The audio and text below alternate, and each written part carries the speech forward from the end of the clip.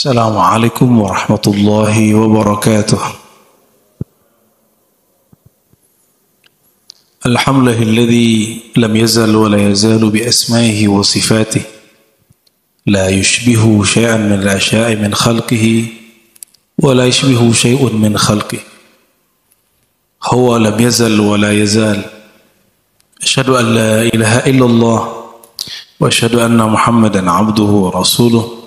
Allahumma salli wa sallim wa barik ala sayyidina Muhammad wa ala alihi wa ashabihi wa li baitihi wa dhurriyyatihi ajma'in.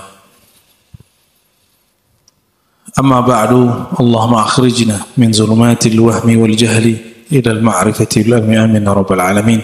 Allahumma inna nas'aluka khaira hadzal yawm, khaira fihi wa khaira ba'dahu, wa na'udzu bika min syarri hadzal yawm, syarri ma fihi wa syarri ba'dahu. Bismillahilladzi la yadurru ma'asmihi syai'un fil ardi wa la fis sama' wa huwas sami'ul 'alim. Walhamdulillahi rabbil alamin.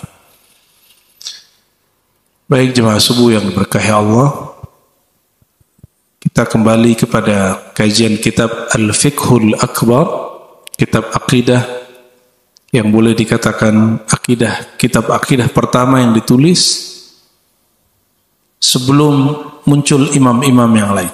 Dan kitab ini diriwayatkan dari imam yang lebih dahulu ada sebelum Imam Syafi'i, Imam Bukhari, Imam Muslim, imam-imam yang lain. Beliau wafat tahun 150, Imam Abu Hanifah.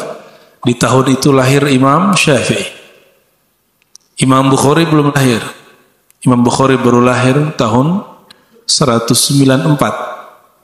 Artinya kitab ini sudah sangat tua. Jadi kita sekarang mempelajari kitab, boleh saya sebut, kitab tertua dalam akidah. Ya. Dulu disebut kitab akidah itu tentang keyakinan, keimanan dengan fikih, tapi fikih yang akbar. Fikih yang akbar arti fikih yang terbesar. Karena fikih bermakna pemahaman. Pemahaman agama terbesar dimulai dari memahami Allah yang maha besar. Sebelumnya kita sudah membahas tentang sifat-sifat Allah dalam istilah yang sering kita pakai waktu kita kecil. Jadi kalau kita bahas Allah, wujud, qidam, baqa, mukhalafatuhu lil hawadits, qiyamuhu biamsihi, wahdaniyah, qudrah, iradah. Qudrah, iradah dan selanjutnya disebut sifat ma'ani. Sedangkan di zaman itu disebut sifat zatiyah. Ini hanya pengistilahan. Bahwa setiap masa ada istilah yang berbeda. Jadi istilah itu bukan dari Nabi Muhammad SAW. Hadis sahih, hadis tidak sahih, bukan istilah dari Nabi Muhammad SAW. Hadis sahih, tidak sahih, istilah dari ulama. Ya.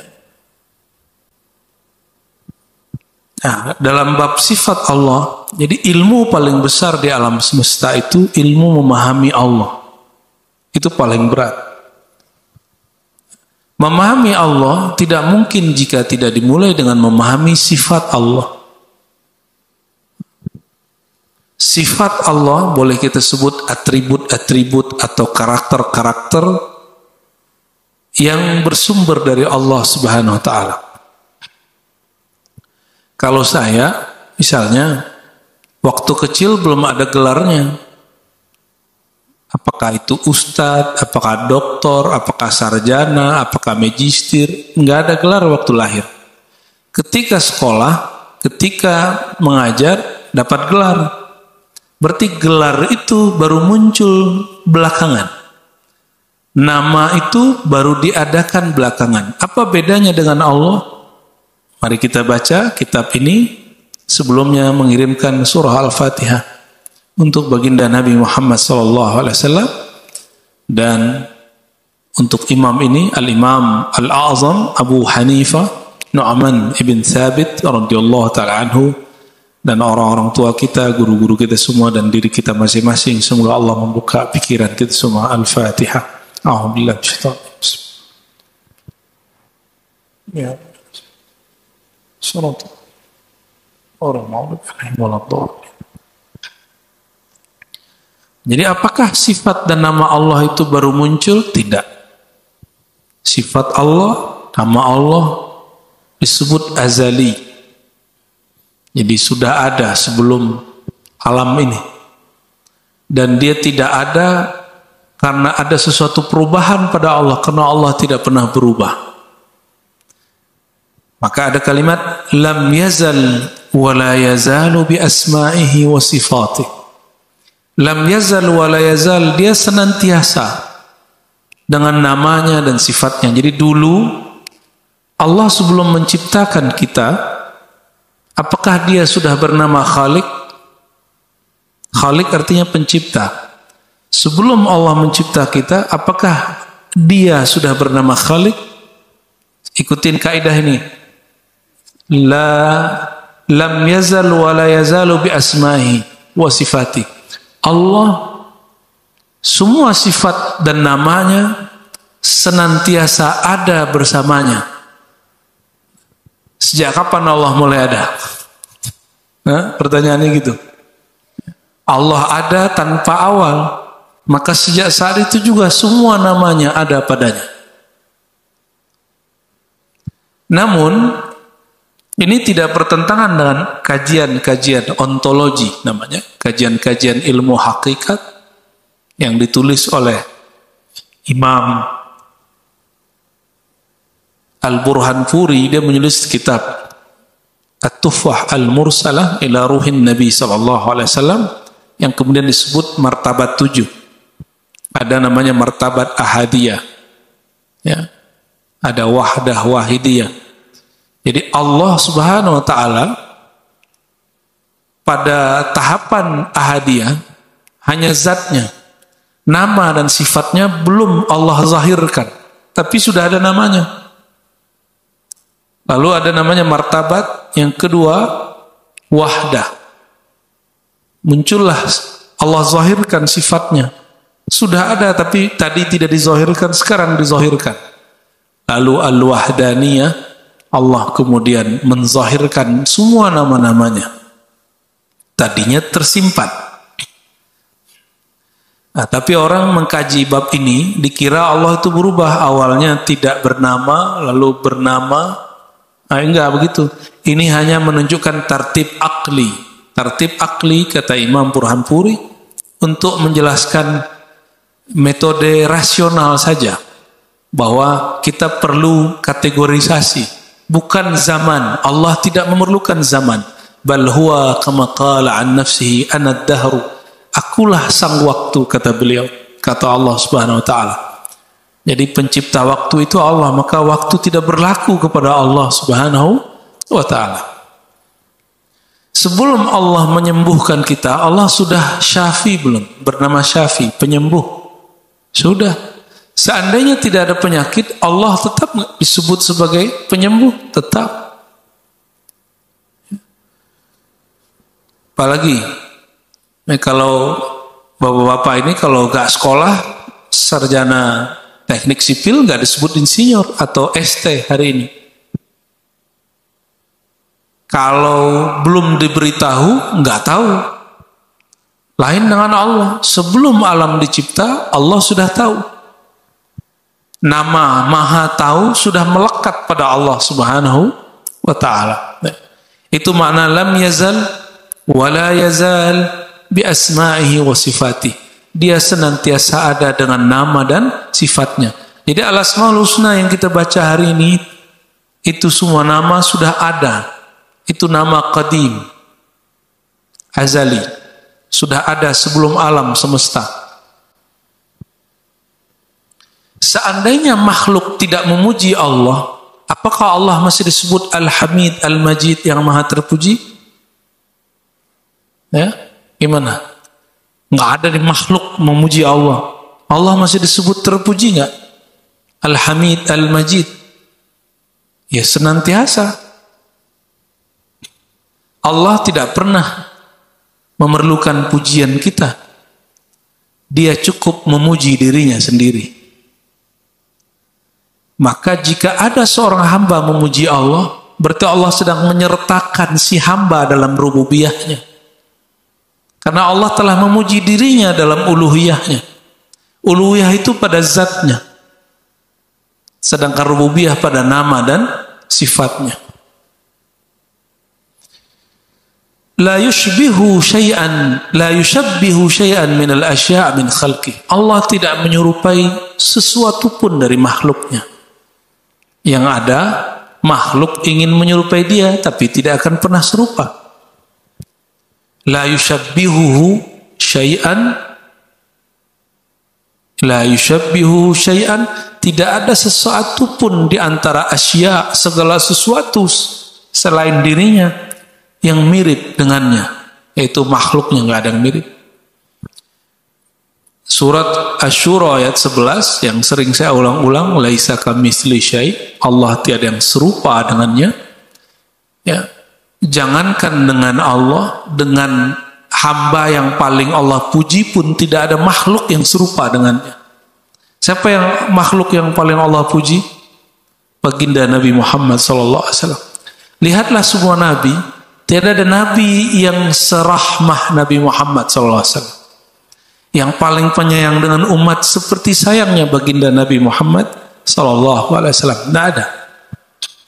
Hatta nabi tertua di alam semesta setelah Nabi Adam, yaitu Nabi Nuh, itu tahun ke-900 dari karir dakwahnya, dia kemudian mendoakan kehancuran bagi umatnya. Nabi Muhammad SAW tidak pernah. Ya. Wala yushabbihuhu atau yushbihu sama syai'un min khalqih. Begitu juga makhluknya tidak ada yang serupa dengannya. Sesempurna baginda Rasulullah SAW, beliau bukanlah Allah. Beliau tidak pernah mirip dengan Allah. Jadi kalau ada kajian-kajian hakikat mengatakan bahwa Allah itu hakikatnya Muhammad, ini kalam berbahaya. Walaupun secara kebenarannya dapat dijelaskan, tapi nanti orang salah faham. Allah itu hakikatnya Muhammad, Muhammad hakikatnya Allah. Mungkin nanti pernah dengar begini nih, akan dengar kalam-kalam begini ke depan dari orang lain, bukan dari saya. Kalam ini berbahaya kalau dibaca di kalangan awam yang tidak ada penjelasannya. Nanti dikira Allah mirip dengan Muhammad, Muhammad mirip dengan Allah. Nah, ini bahaya. Atau Muhammad itu pada hakikatnya adalah Allah, berarti gimana? Nah, ini bahaya. Kalimatnya aja udah nggak sopan kan? Memuhammadkan Nabi Muhammad tanpa Sayyidina. Itu bagi saya sudah nggak sopan. Ya. Kalimat seperti ini mesti diberikan penjelasan yang aman. Allah itu hakikatnya Nabi Muhammad SAW. Agak mendingan. Allah Subhanahu Wa Taala adalah hakikat wujud yang dari wujudnya diciptakan wujud Nabi Muhammad SAW. Itu baru benar. Ya. Dari zatnya Allah ciptakan zat Nabi Muhammad SAW. Tapi Nabi Muhammad bukanlah Allah. Jadi kalau ada orang nggak mau lagi sholat, ditanya, kenapa kamu nggak sholat? Jawabannya pasti begitu. Untuk apa lagi sholat? Allah sudah ada dalam diri saya. Katanya. Pernah dengar begitu nggak? Oh, saya sering. Kadang kita pencari ilmu ini. Ada yang udah nggak mau sholat. Kalau kita nggak sholat, nggak usah buat alasan begitu. Nggak sholat aja. Nggak usah ingkar kepada sholatnya, kafir nanti. Orang tidak sholat karena malas, tidak kafir. Tapi orang tidak sholat karena ingkar, dia kafir. Itu beda tipis nih. Ya. Jadi seandainya betul kalimat Allah, dari wujudnya Allah memberikan wujud kepada kita, tapi bukan berarti wujud kita pecahan dari wujud Allah. Salah juga itu. Berarti ada yang berkurang dari Allah, kan nggak begitu. Nah, inilah kalimat ini muncul untuk mengantisipasi ada kalimat-kalimat kayak tadi. Walaupun hayat, sifat hayat hidup saya, hidup kita semua adalah anugerah dari hayatnya Allah. Tapi hayat kita bukan hayatnya Allah. Hidupnya kita beda dengan hidupnya Allah. Walaupun wujud saya, wujud kita semua adalah anugerah dari wujud Allah, tapi wujud kita lain dengan wujud Allah Subhanahu wa ta'ala.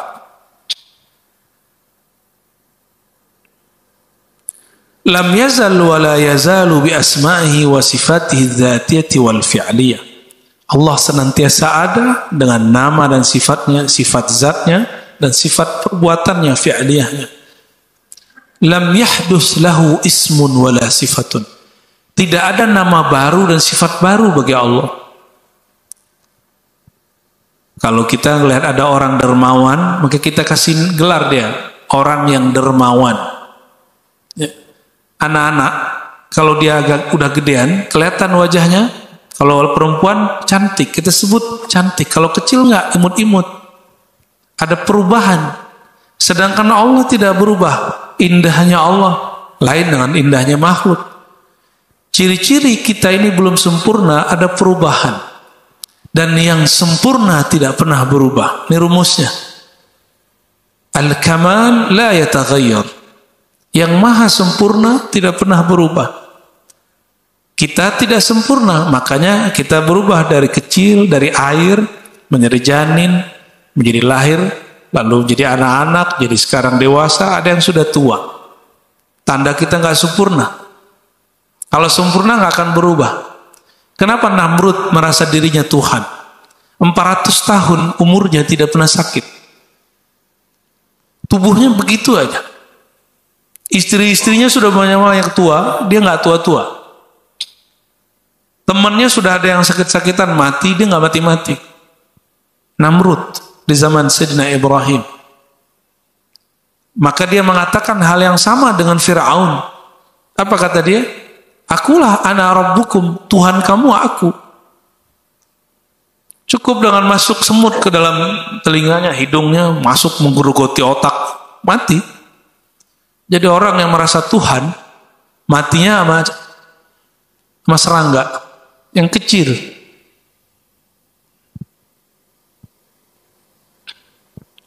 Jadi Allah Ta'ala disebut maha memberi rezeki bukan setelah dia memberi rezeki. Sebelum Allah menciptakan rezeki, Allah telah disebut maha memberi rezeki. Ya. Jadi tidak ada nama baru, sifat baru pada Allah SWT. Maka semua nama yang kita lihat hari ini itu bukanlah hasil yang seperti kita, perolehan prestasi Allah, enggak. Jadi nama-nama Allah itu bukan prestasi Allah. Nama-nama Allah itu sudah ada sejak awalnya.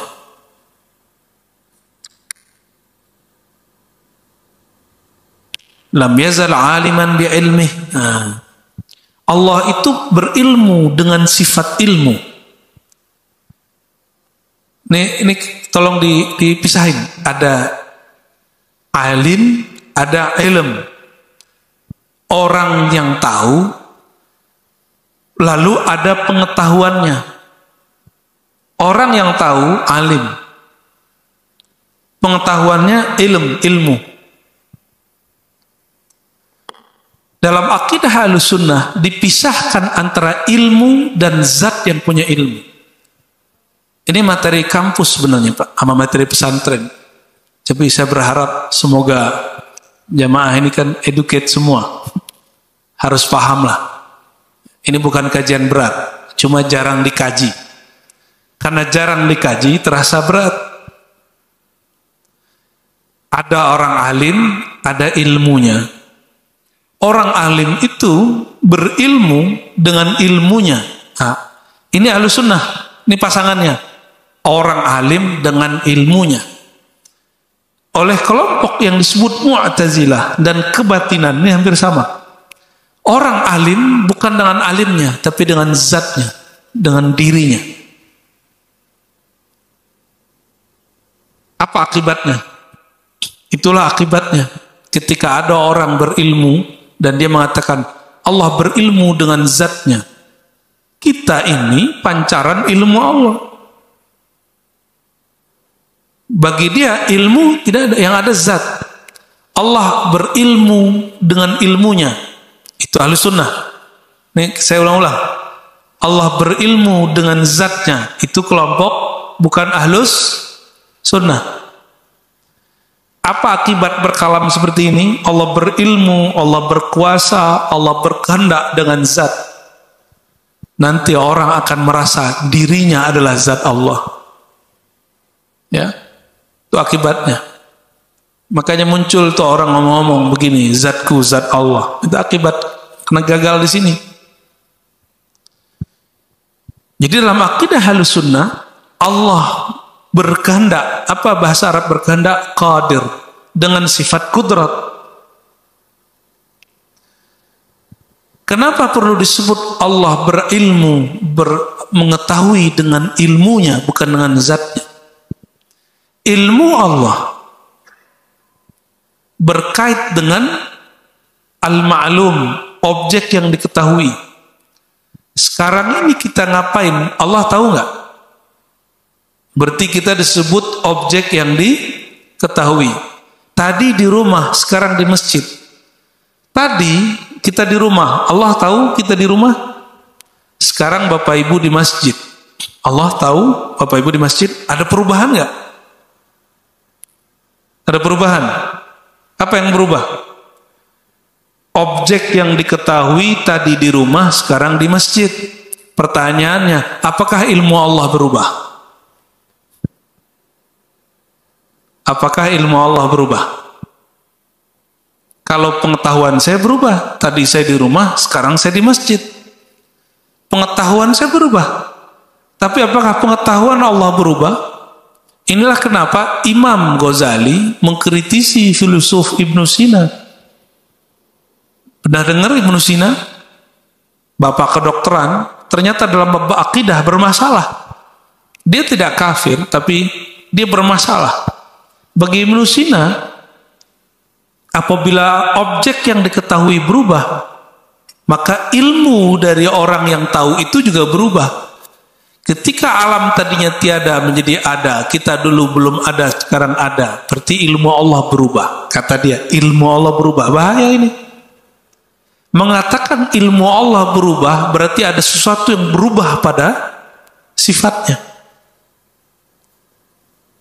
Paham maksudnya? Allah itu sudah tahu sebelum alam ini ada. Maka pengetahuannya bukan karena perubahan di alam ini lalu kemudian jadi tahu. Saya diberitahu baru tahu, melihat baru tahu. Sedangkan Allah tidak perlu melihat dan mendengar untuk tahu. Sebelum semua yang diketahui oleh makhluk itu ada, Allah sudah tahu. Adakah yang terjadi di alam semesta sesuatu di luar pengetahuan Allah? Saya mau tanya, ada nggak? Nggak ada. Karena semua sudah ada dalam ilmunya. Saya ngomong detik ini, sebelumnya, detik sebelumnya, itu sudah ditetapkan dalam ilmu Allah. Nggak ada perubahan. Yang berubah saya. Itulah maksudnya, makhluk tidak sama dengan Allah. Pengetahuan makhluk ada asbabnya, ada perubahannya. Pengetahuan Allah tidak berubah. Gitu ya. Itu maksud kalimat tadi. Allah senantiasa ada dengan nama dan sifatnya tidak berubah. Lam yahdus lahu ismun wala sifatun. Tidak ada nama baru yang muncul, tidak ada sifat baru yang muncul, tidak ada pengetahuan baru yang muncul. Jadi kalau disebut saya, kita hamba mengetahui, makhluk berpengetahuan, sama-sama disebut alim, Allah juga alim. Apa bedanya? Ilmu Allah tidak berubah, ilmu saya berubah. Saya belajar baru tahu, diberitahu baru tahu, terjadi baru tahu. Itu bedanya. Ya, semoga pusing ya. Tapi ini harus saya sampaikan, ya, karena ruhnya senang, ruhani Bapak Ibu senang, walaupun kepalanya pusing 7 keliling.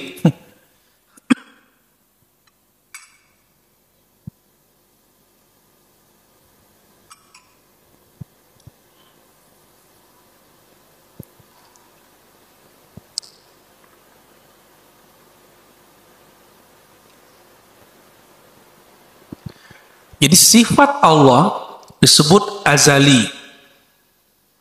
Azali itu adalah pra-alam. Apa arti azali?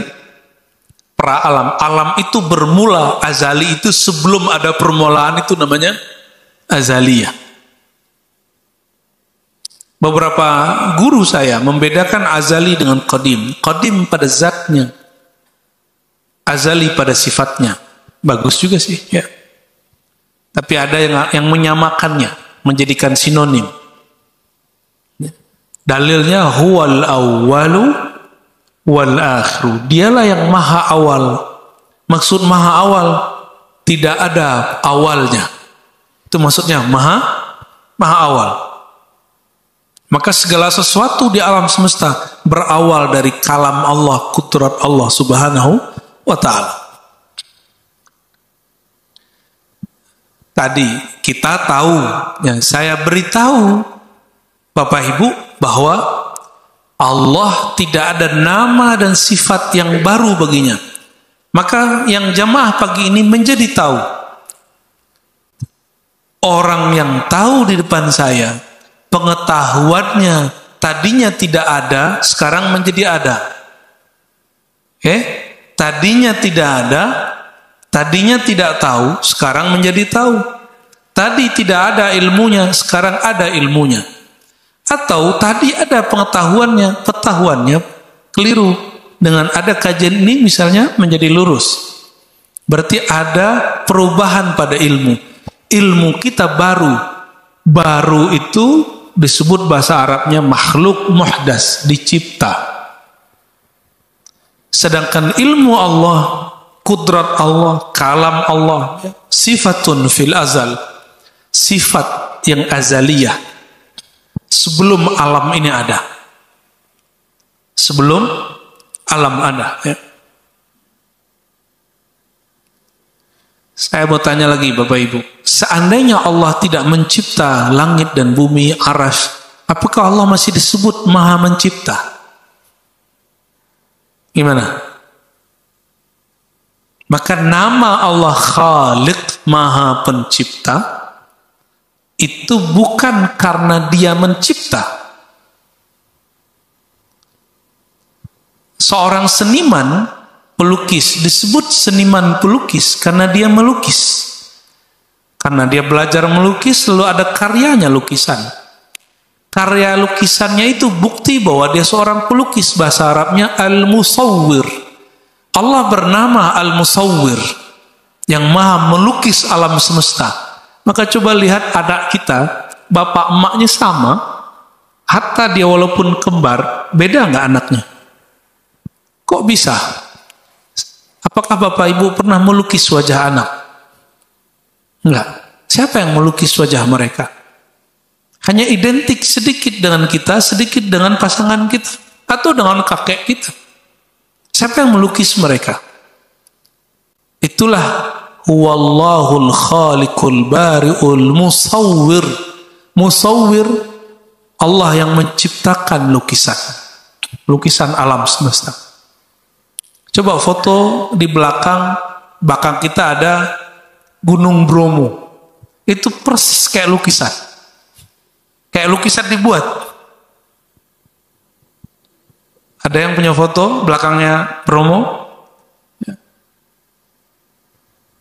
Teman saya membuat lukisan Bromo persis mirip. Beda-beda tipis. Tetap aja beda. Jadi Allah maha melukis, maha mencipta alam semesta, meskipun alam ini tiada. Jadi dia tidak disebut pelukis, pencipta, karena ada lukisannya, karena ada ciptaannya. Gitu ya.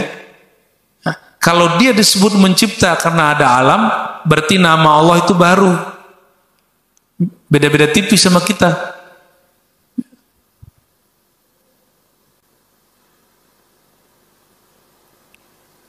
Maka kita tidak menerima istilah, mohon maaf, ya, ini perbedaan kita dalam agama yang lain. Tuhan Bapa, ya, kita nggak terima istilah itu. Ya kalau mereka mau pakai urusan mereka, tapi dalam akidah kita nggak ada. Kalau Tuhan Bapa kan ada anaknya berarti. Ya. Tuhan Bapa, Tuhan Bunda. Kemudian ada anaknya, ada Roh Kudusnya. Kita tidak perlu menghina ajaran mereka, tapi cukup kita katakan kita berbeda. Dalam akidah kami, nama Allah tidak ada yang baru. Sedangkan sebutan Tuhan Bapa itu kan baru setelah ada anaknya bernama Isa atau Yesus. Kita berbeda, gak perlu kemudian mengkar, ya kan? Gak perlu bunuh-bunuhan kan? Kalau beda, beda-beda aja. Ya. Kalau mereka nggak sepakat ya nggak ada masalah. Wal fa'il huwa Allah Ta'ala wal fi'lu sifatun fil azal wal maf'ul makhluk. Imam Abu Hanifah mengatakan Allah pelaku ja'ala fa'ala melakukan sesuatu. Perbuatan Allah itu juga azali, perbuatan Allah. Berartinya Allah itu berbuat bukan di alam, bukan karena ini alam baru, lalu kemudian perbuatannya ini dihukumi baru.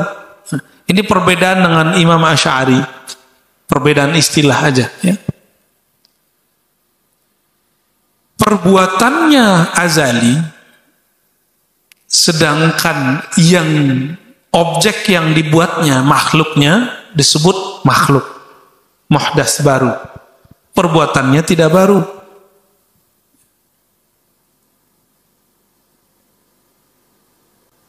Wa fi'lullah ta'ala ghair makhluk.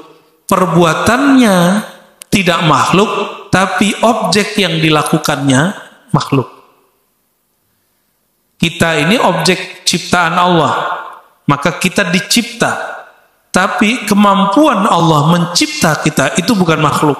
Karena kalau makhluk berarti ada proses. Jadi kenapa Imam Abu Hanifah mengatakan tidak makhluk, berarti menihilkan proses kepada Allah Subhanahu wa ta'ala. Jika disebut di dalam Al-Quran Allah menciptakan langit dan bumi fi sittati ayyam, dalam 6 hari. Hari ini hari untuk kita, bukan hari untuk Allah. Tolong dibedakan. Itu hari, 6 hari itu tidak berlaku kepada Allah, berlaku kepada makhluk. Apa dalilnya? Disebutkan di dalam Al-Quran, wa ma lahu min nasib wa ma massana min lughub, artinya hampir sama. Allah mencipta dalam 6 hari. Logikanya kalau kita bekerja full 6 hari kita lelah. Allah mengatakan dia menciptakan langit dan bumi selama 6 hari dan dia tidak pernah lelah. Maksudnya hari itu berlakunya untuk kamu, tidak berlaku kepadanya. Sehingga tidak ada lelah dalam kamusnya Allah Subhanahu wa ta'ala. Kita bekerja dari pagi sampai sore. Kadang-kadang di kendaraan kita ketiduran, benar nggak? Benar Pak? Ya? Naik MRT ketiduran. Sering nggak? Ya, kadang-kadang kelewat. Oh, tinggal balik lagi kan? Yang enak kalau sudah pakai ojek online, ya. Nanti orang kasih tahu, udah sampai Pak, udah sampai Pak, kan gitu. Tapi ketika kita kemudian mengibaratkan Allah Subhanahu wa ta'ala, nah itu berlainan, ya. Tidak sama pengibaratannya. Kita baca lagi sedikit lagi ya. Wasifatuhu fil azal ghair muhdatsa wala makhluqa faman qala innaha makhluqa wa muhdatsa aw waqafa aw syakka fiha fa huwa kafir, ya. Billahi ta'ala. Yang mengatakan bahwa aktivitas Allah itu makhluk atau ragu atau tawakuf, dia kufur. Ini perkataan Imam Abu Hanifah.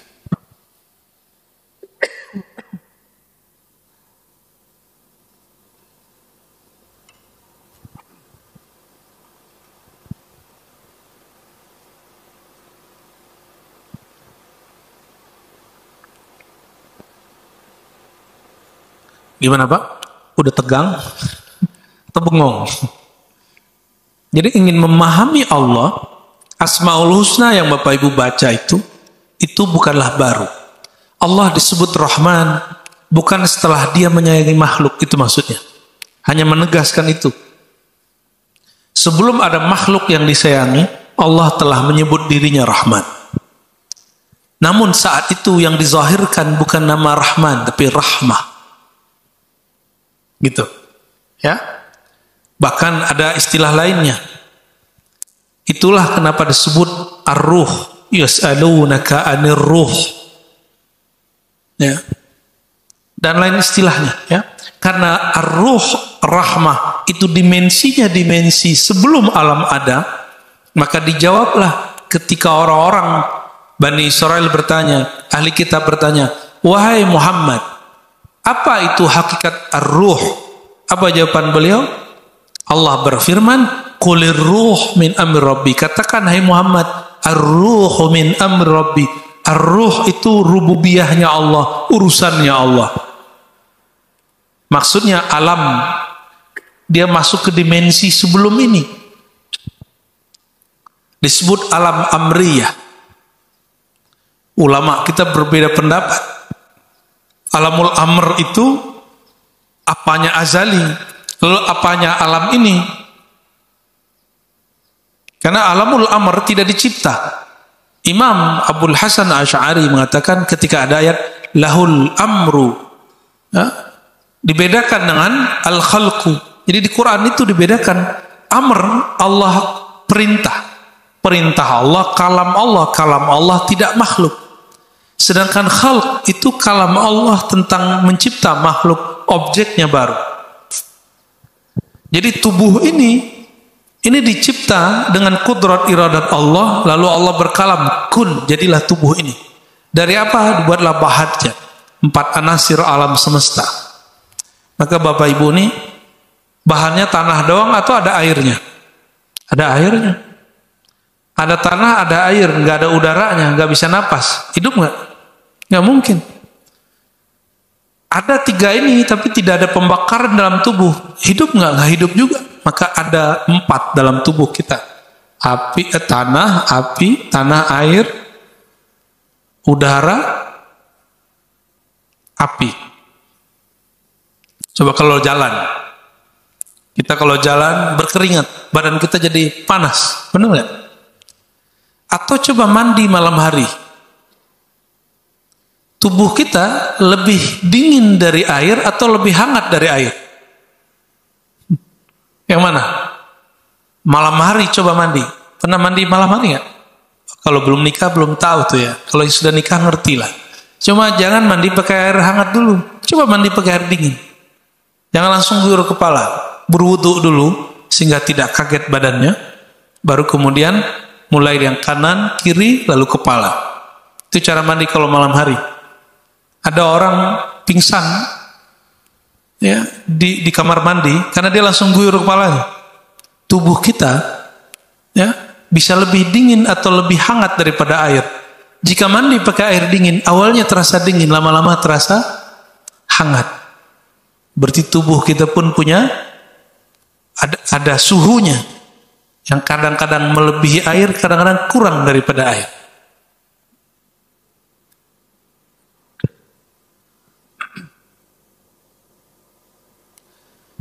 Nah, tubuh ini dicipta dengan kalam Allah, kun fayakun. Ini tubuh ini. Inni khaliqun basharan min tin. Makanya orang-orang kalau ngobatin, itu guru-guru tua saya kalau mau ngobatin muridnya, itu bacakan ke air atau kepada herbal-herbal, ada kalimatnya kun fayakun. Kedengeran sama orang kun. Ya, jadi Pak Dukun nih sekarang. Jadi dulu menyebut kata kun itu untuk pengobatan positif, tapi hari ini kata dukun jadi negatif. Nah, di tubuh ini itu adalah kun, kalam Allah kun. Kalam Allahnya tidak makhluk, objek yang dikatakan kun. Apa arti kun? Hendaklah engkau menjadi ada, hendaklah engkau menjadi wujud, maka dia menjadi wujud. Kalam Allah ini tidak makhluk, tapi objek yang menjadi dengan asbab kalam ini, kita itu adalah makhluk. Setelah Allah cipta, dari mana Allah cipta tadi? Nah, asalnya daripada anasir tanah. Setelah cukup kuat, baru ditiupkan ruh. Dan ar-ruh itu disebut min amri rabbi. Tidak disebut khaliqun, Allah menciptanya, hanya disebutkan min amri rabbi. Inilah rahasia bab ar-ruh. Saya hanya boleh buka sampai di situ. Ya, sudah di skip kajian berikutnya. Maka imam kita sepakat mengatakan bahwa ar-ruh bukan dari alam ciptaan, tapi dari alamul amr. Dikatakan oleh Imam Ghazali, ya, dikatakan oleh Imam Fakhruddin Ar-Razi, dikatakan oleh Imam Subki. Mereka semua mengikut ayat ini. Meskipun ada hari ini orang-orang mengatakan bahwa ruh dicipta. Ruh dicipta berarti bukan ar-ruh yang min amr rabbi, berarti ruh bermakna jiwa. Ruh bermakna jiwa dicipta. Tapi ruh bermakna hembusan Allah, amrullah, tidak dicipta.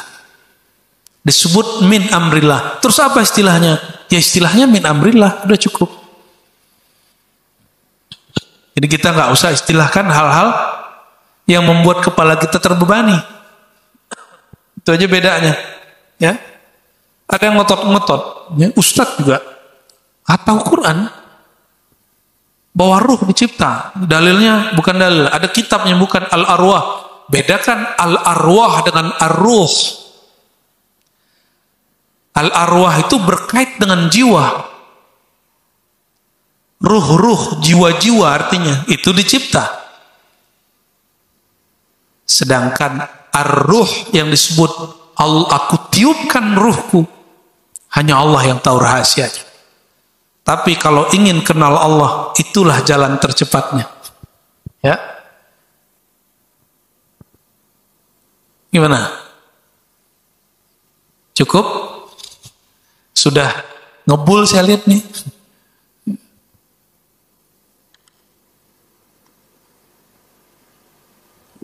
Berikutnya masih panjang lagi tentang hakikat Al-Quran dan kalam Allah. Ya. Ini agak panjang. Nanti kita bahas. Jadi ketika Allah berkalam ke Nabi Musa, itu apa kejadiannya? Dibahas di kitab. Itu yang suara yang didengar Sayyidina Musa, itu suara apa? Apa Allah bersuara? Kan Allah tidak butuh suara. Itu contohnya. Ini ya orang dulu, jika mereka membahas tentang Allah, pertanyaannya sampai ke sana. Wa kallamallahu Musa taklima. Allah berkalam dengan Nabi Musa dengan kalam yang sebenar-benarnya kalam. Kalam Allah tidak berhuruf, tidak bersuara. Tapi ketika dibaca Bismillahirrahmanirrahim ada suaranya. Apa bedanya? Nah, nanti dibahas. Ya, ada pembahasannya. Insya Allah sebelum Ramadan itu pas sekali. Nanti Ramadan saya mohon izin untuk tidak kajian. Ya. Jadi libur dulu bulan Ramadan. Hampir ya mungkin 90% aktivitas dakwah saya kurangi bulan Ramadan. Sisa hanya 10% aja. Selebihnya ingin bersama Allah. Ya. Sebenarnya kita dapat bersama Allah kapan saja. Tapi kita ini kan makhluk. Jika terganggu sedikit, sibuk dengan hal yang membuat kita tidak fokus, gak bisa konsentrasi kepada Allah SWT. Jadi 11 bulan dakwah, ngajar, masa sebulan saja tidak bersama Allah. Paling cuma 1-2 saya ngaji nanti itu. Nah insya Allah nanti di bulan, ini bulan Rajab ya, di bulan Sya'ban semoga tidak ada halangan. Bulan depan berarti kita akan membahas tentang cara mengenal ma'rifat kalam Allah. Jadi babnya ma'rifat kalam Allah. Insya Allah. Nah, jika faham bab ini, akan faham juga apa yang terjadi pada Sidi Syekh Abdul Qadir Jilani. Apa kata beliau? Jika engkau menghadapkan dirimu kepada Allah sehingga dirimu lenyap, engkau akan mendengar Allah berkalam, ana rabbuka. Akulah Rabbmu. Kata siapa? Syekh Abdul Qadir Jilani. Itu ditulis oleh beliau dalam kitab Al-Fathur Rabbani. Ditulis. Ini bukan rahasia, sudah ditulis. Nggak usah di situ. Di Quran aja ada, Nabi Musa mendengar Allah berkalam, Ana Rabbuka. Hai Musa, akulah Rabbmu. Siapa yang berkalam? Allah. Itu metodologi kejadiannya gimana? Bisa dijelaskan. Ya. Maka kitab ini menjelaskan itu salah satunya. Tapi bab ini dulu ada ribuan ulama kita menjadi korban karena bab kalam. Dulu Imam Ahmad disiksa bertahun-tahun cuma karena bab kalam. Jadi ini pembahasan walaupun ada terbersit di teman-teman ini, tuh apa bahas-bahas begitu hari ini? Hari gini bahas gitu. Hati-hati juga ngomong begitu. Ya. Pembahasan ini telah membuat banyak ulama dulu terbunuh. Ada seorang imam namanya Ahmad bin Nasr, seingat saya. Itu disalib cuma karena masalah bab kalam. Waktu itu berkuasa kelompok namanya kelompok Mu'tazilah, mengatakan kalam Allah makhluk. Imam Ahmad bin Nasr ini gak mau bilang begitu. Akhirnya disiksa karena beliau ini seorang guru paling terkenal, lebih tua dari imam yang lainnya. Maka dia dibunuh lalu disalib di tengah kota. Bertahun-tahun tidak pernah dikubur. Ganti khalifah namanya Mutawakkil, baru kemudian dikubur. Itu terjadi. Jadi bab ini sejarahnya berdarah-darah. Maka perlu diulangi kajian ini supaya kita tidak mengulangi sejarah. Bahwa agama jika sudah dibawa ke ranah politik, satu aliran jika sudah dijadikan sebagai panduan orang berpolitik, ini bahaya. Ini kejadiannya dulu begitu. Ya, coba lihat, gak usah jauh-jauh, Saudi aja. Saudi sekarang pemahaman agama resminya apa? Salafiyah, Wahabiyah. Maka selain mereka sudah nggak boleh. Dahulu 4 sudut Masjidil Haram itu 4 imam. Jadi orang yang biasa kunut masih boleh kunut di sana. Yang nggak kunut juga pindah sampingnya. Dan nggak ada masalah. Sekarang dipaksa satu pemahaman. Ya. Orang cerdas itu yang memaksa semua orang satu faham atau yang menghargai perbedaan. Mana yang disebut orang cerdas? Hah? Yang menghargai perbedaan. Itu. Ya. Oke, barangkali itu jam 6 mungkin ada 2 pertanyaan, boleh? 1 Bapak-bapak, 1 ibu-ibu. Ya, silakan. Ibu-ibu kalau mau tanya.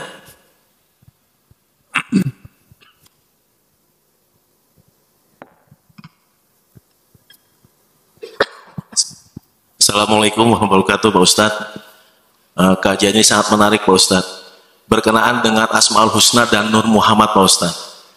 Saya pernah mendengar bahwa penciptaan alam semesta ini lebih dulu Nur Muhammadnya gitu loh, Pak Ustadz. Nah, kemudian dengan Asmaul Husna yang hanya 99, terkadang pun juga saya connected juga, apakah satu, ya mohon maaf, apakah mungkin pendapat saya mau menjadi aneh, apakah satu tersebut itu seakan-akan kayak Nur Muhammadnya gitu loh, Pak Ustadz. Jadi Allah memberikan hak prerogatifnya, dan bagi Muhammad mendapat privilege-nya gitu loh, Pak Ustadz. Kenapa kok hanya cuma 99, kenapa tidak 100? Atau mungkin dengan berapa lah kan. Tapi kan yang pernah saya dengar penciptaan alam semesta ini lebih dulu Nur Muhammad gitu, Pak Ustadz. Ya. Demikian mohon pencerahannya. Baik. Kajian Nur Muhammad ini meskipun ada jutaan orang menolak, itu akan ada semiliaran orang yang meminta. Ya. Ini kebetulan kita ada tamu dari jiran. Nah, itu di jiran ada seorang ustadz ya, di Malaysia. Ada seorang ustadz mengatakan kajian Nur Muhammad itu kajian Majusi, agama Majusi. Karena Majusi meyakini ada Tuhan cahaya, ada Tuhan gelap. Cahaya itu nur, dicocok logikan, dicocok-cocokkan, dipaksa-paksakan. Oh, kajian Nur Muhammad berarti dari Majusi. Padahal kajian Nur Muhammad sudah mulai muncul di masa Rasulullah SAW itu sendiri. Ya, Rasulullah sendiri yang memulainya. Ya, Rasulullah sendiri yang menyebut dirinya Nur dan berdoa mengatakan Allah maj'alni nura, dan mengatakan ibundanya ketika dia lahir hanya melihat nur. Lalu ada ayat Allahu nurus samawati wal ardh mathalu nurihi kamishkatin fiha misbah. Cuma karena dia nggak tahu, yang dia tahu agama sebelah. Sejelas itu ada kitabnya, padahal sudah PhD, katanya bisa baca kitab gundul. Ya. Arab asli bisa baca. Cuma mungkin kemampuan baca ada, tapi tidak mau membaca. Tidak aja bedanya. Nah, kajian Nur Muhammad. Alam semesta itu ada satu kaidah, tapi ini bukan hadis. Al-alam minni wa ana minallah, itu kaidah. Alam itu dariku, dari Nur Muhammad. Sedangkan nurku dari Allah, dari nurnya Allah. Tapi ini bukan hadis, Pak, ya. Ini bukan hadis. Ini hanya menjelaskan makna Allahu nurus samawati wal ardh. Ini yang mengerti tentu ilmu alam. Apakah biologi, fisika, kimia. Jika ada pohon 7 hari tidak dapat atau 3 hari tidak dapat cahaya matahari, apa yang terjadi pada daunnya? Mati. Ketika Allah mengatakan Allah lah, surah An-Nur ayat 35, nur langit dan bumi, cahaya, maka dibuat ilustrasi oleh Allah SWT, akulah cahaya kalian, yang di langit malaikat, yang di bumi manusia. Di bumi juga ada pohon. Karena ada cahaya Allah ini kita hidup. Cahaya Allah ini sebagian Allah pantulkan melalui matahari untuk tubuh.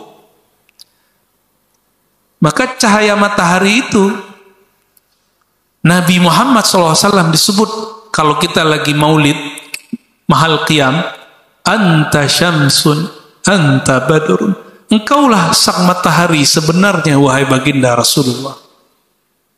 Ada kalimat begitu.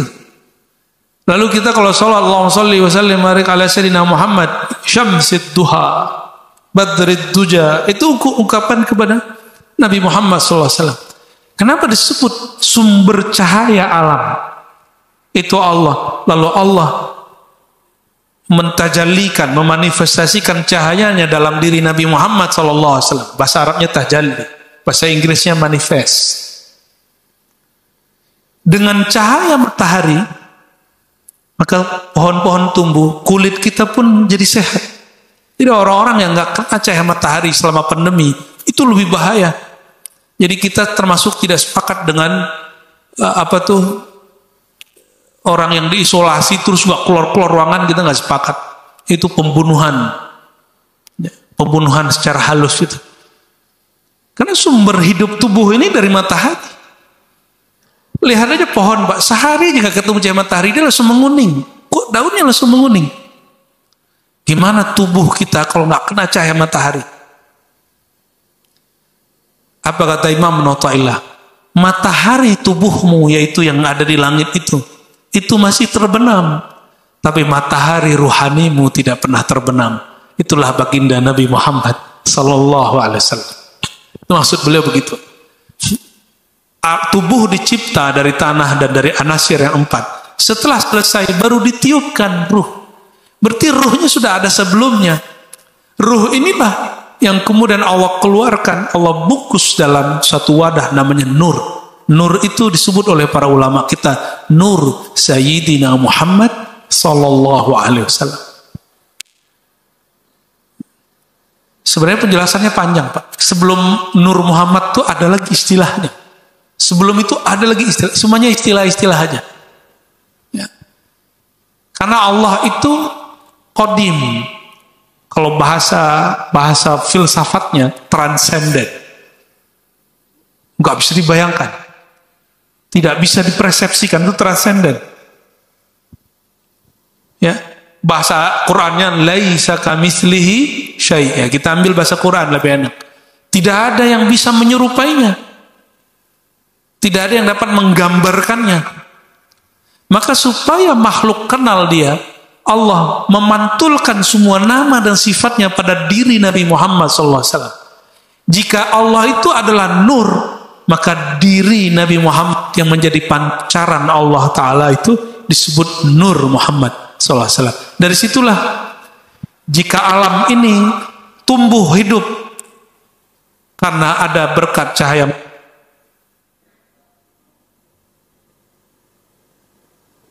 juga sama, juga akan ada ruh kita ini hanya ada dengan cahaya baginda Nabi Muhammad SAW. Ya. Tapi ingat harus beradab menyebut itu. Ya. Jangan katakan di dalam dirimu ada Muhammad, tapi bukan Muhammad yang di Madinah itu. Itu kalam-kalam nggak penting. Bukan Muhammad yang di Madinah itu. Emang siapa?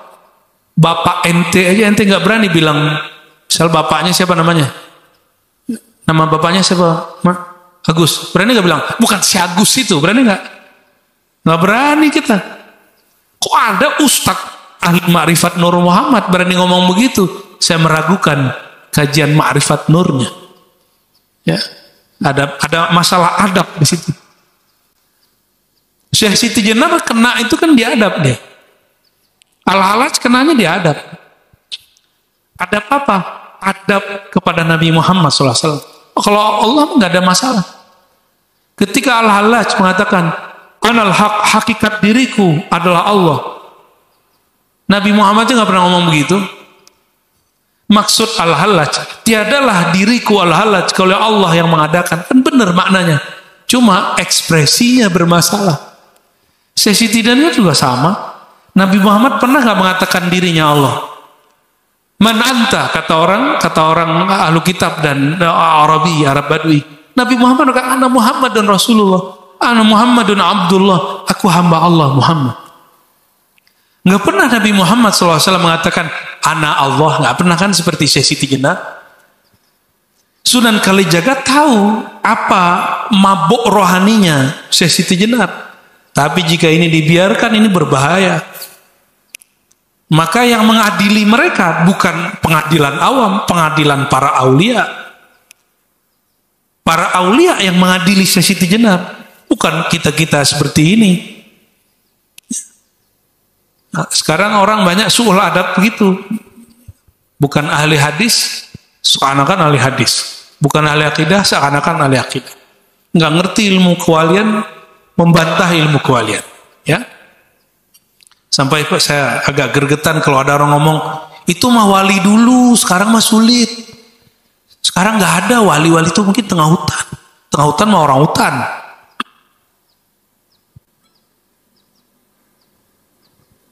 Kekasih Allah itu Allah sembunyikan di antara sisi manusiawi kita. Dia kerja kayak kita, menikah kayak kita, rumah tangganya konflik kayak kita. Dia lelah lah menghadapi hidup biasa. Sehingga orang ngomong, masa sih dia kekasih Allah gitu. Ya barangkali gitu. Jadi alam semesta itu adalah buah daripada nur Sayyidina Muhammad SAW. Sebagaimana alam ini adalah efek daripada cahaya matahari. Dan Nabi Muhammad itu adalah matahari rohani. Ya, gampang dapat ilustrasinya? Ya, matahari bumi, matahari langit, matahari rohani. Si langit itu, si matahari itu dari siapa? Kalau nggak ada nur Nabi Muhammad SAW, nggak ada juga tuh matahari. Ya, oke. Gimana? Ada lagi? Ada ibu, ada satu lagi nih. Ya. Ya.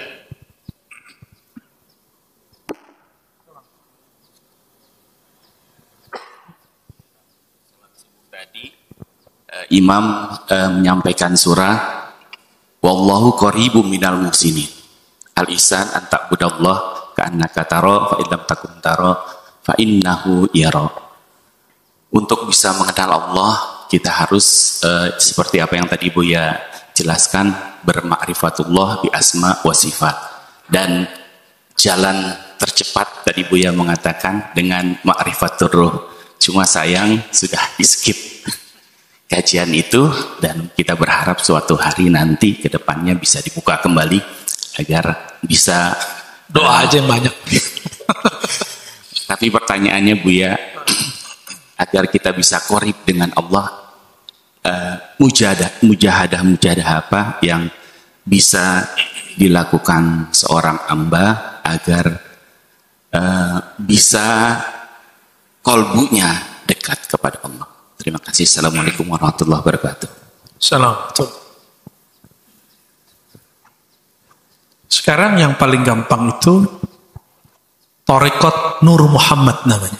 Itu yang dulu dibuka oleh Syekh Muhammad bin Abdul Karim As-Samman di Madinah, dibawa pulang oleh Syekh Abdul Samad Falimbani, Muhammad Arsyad Al-Banjari, Daud Fatani, Thariqat Nur Muhammad sallallahu alaihi wasallam.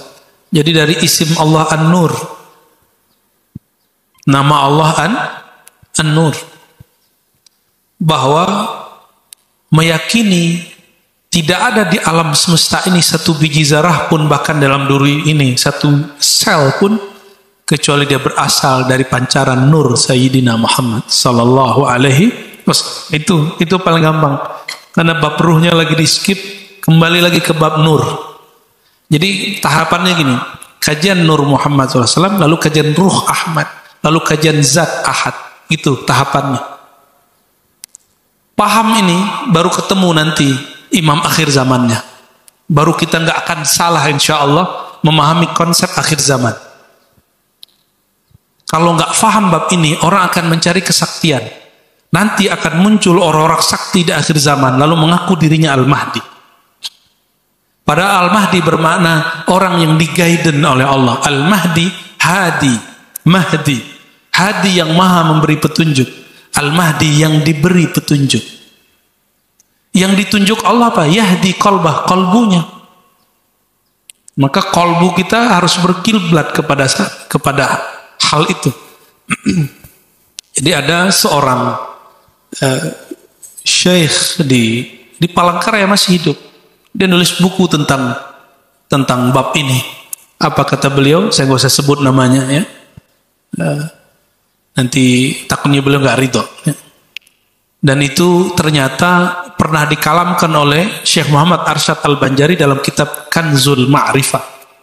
Bahwa jalan menuju Allah itu ada 3. Cukup ini jawaban yang pertama tadi. Bahwa diri ini bersumber dari nur Nabi Yuna Muhammad Sallallahu Alaihi Wasallam. Sebagaimana alam ini tumbuh hidup karena nur cahaya matahari. Gitu. Itu analognya begitu. Itu cepat sekali. Antum kalau ingat begitu langsung merindui Rasulullah Sallallahu Alaihi Wasallam. Kalau baca salam ke Nabi bisa nangis langsung. Wahai sumber cahaya diriku. Ya. Langsung inilah makna salawat Nurul Anwar. Allahumma salli wa sallim ala Sayyidina Muhammad Nuril Anwar. Itu maknanya. Nurul Anwar ini juga disebut An-Nur Zati. Allahumma salli wa sallim ala Sayyidina Muhammad An-Nuril Zati wa Sirris Sari fi jamil asma'i wa sifat. Coba amalkan itu nanti. Ya Allah, sampaikan salam kami, cinta kami kepada An-Nur Zati. Nur Zat Nabi Muhammad SAW disebut An-Nur Zati, cahaya yang zati. Bahwa cahaya alam semesta itu dari cahaya yang ada pada dirinya. Sedangkan cahaya dirinya tentu dari An-Nur Allah Subhanahu wa Ta'ala. Jadi kalau kita pakai jalur ini, jarak kita dengan Allah hanya Nabi Muhammad SAW dan Ruh Ahmad. 2 aja. Jadi hijabnya tinggal 2. Tapi kalau antum pakai riadoh yang lain, panjang. Panjang sekali. Ya. Jika matahari, nah ini ada singkong nggak nih? Ada ya? Ada kayu. Yang penting dia kena cahaya matahari. Ditaruh bukan di atas tanah. Agak gantung di mana? masih tumbuh gak dia? Masih tumbuh. Bedanya kalau nggak ketemu tanah, hidupnya ya sebatas itu. Maksudnya paham gak nih? Kalau diri kita sudah paham bahwa diri kita dari Syamsid Duha Nur Sayyidina Muhammad sallallahu alaihi wasallam, ya, maka antum itu kolbunya akan mati jika tidak terkena limpahan cahaya nur Sayyidina Muhammad sallallahu alaihi wasallam. Inilah kenapa muncul hadis Nabi, man shalla alayya sallallahu alaihi asyramar. Siapa yang salawat kepadaku sekali, maka cahaya yang melimpah kepadanya 10 kali. Jadi jika ingin hidup batinnya dekat kepada Allah yang maha hidup, hidupkan salawat dalam diri kita. Maka si pohon singkongnya tidak hanya dia ngatung, tapi dia tertancap di bumi. Baru nanti dia tumbuh dan berbuah. Namun banyak orang ingin muncul sebelum tumbuh. Akhirnya seperti pohon singkong itu, dia tidak mau nancap, tidak mau dibenamkan sedikit kediriannya, keegoannya. Membenamkan diri itu yang disebut riyadhah. Melatih diri, membenamkan sedikit. Nah, kalau kita nggak membenamkan diri ke dalam kehinaan diri kita ini, jadi semua maksiat itu kedirian kita. Merasa diri ini hina, merasa diri ini pemaksiat, merasa diri ini tidak pantas. Itulah membenamkan diri, itu cara. Nah, tapi jangan dibenamkan semua, nanti putus asa. Sedikit saja. Benar nggak? Coba padi, kalau yang baru disemai tumbuh satu jengkal itu, kalau dia di tanah biasa tidak ditancapkan, di tanah yang berlumpur, dia tumbuh tapi buahnya hampa. Cuma jika ditancapkan di sawah, walaupun cuma sedikit, jangan ditancapkan semua, nggak tumbuh nanti. Nah, itulah seni mendidik diri, mendidik jiwa. Seorang murabbi, seorang syekh tidak boleh mendidik muridnya dengan menghancurkan kedirian muridnya. Maka jiwa kita tidak boleh dihancurkan, dia hanya boleh dikontrol. Jadi ma'rifat nafs tidak menghancurkan hawa nafsu, tapi dia justru mengelola hawa nafsu. Gimana caranya? Berikan pancaran nur Sayyidina Muhammad SAW, nanti dia akan tumbuh. Nah, ini rumus tadi Pak. Satu kali kita berselawat, maka cahaya nur Sayyidina Muhammad SAW mengalir kepada kita 10 kali. Kalau pohon-pohon ini, kenapa negeri tropis paling subur? Karena berlimpah-limpah cahaya matahari. Benar nggak? Ya, itu bedanya. Di daerah subtropis kurang.